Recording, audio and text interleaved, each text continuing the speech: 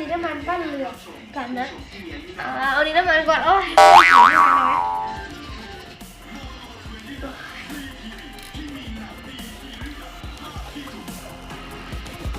เรือยาวแค่ไหนก็ได้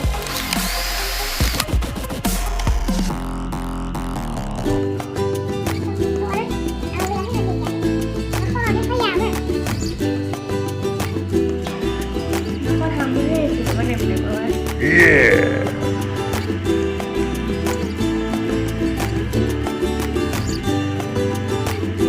แล้วก็ทำให้ได้ครับอันนี้ในห้องดีไซน์จะต้องสูงกว่าตรงนี้ทำเป็นนี้ก็ได้ส่วนจะทำเป็นเรือสำราญเรือ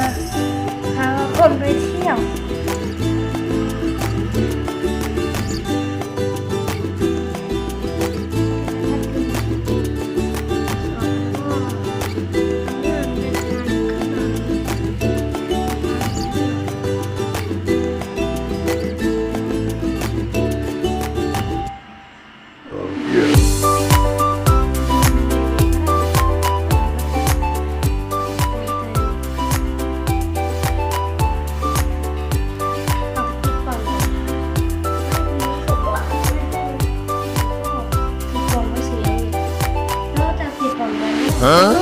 จะทำเป็นเรือนกก็ได้ว้าว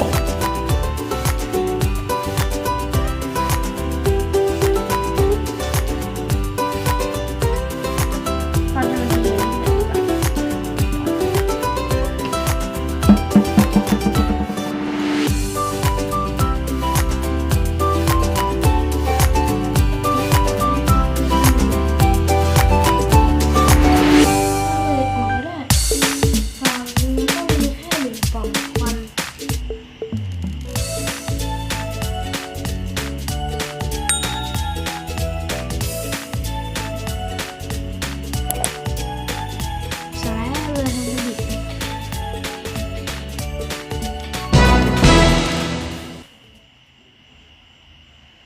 บ๊ายบายเจอกันใหม่คลิปหน้า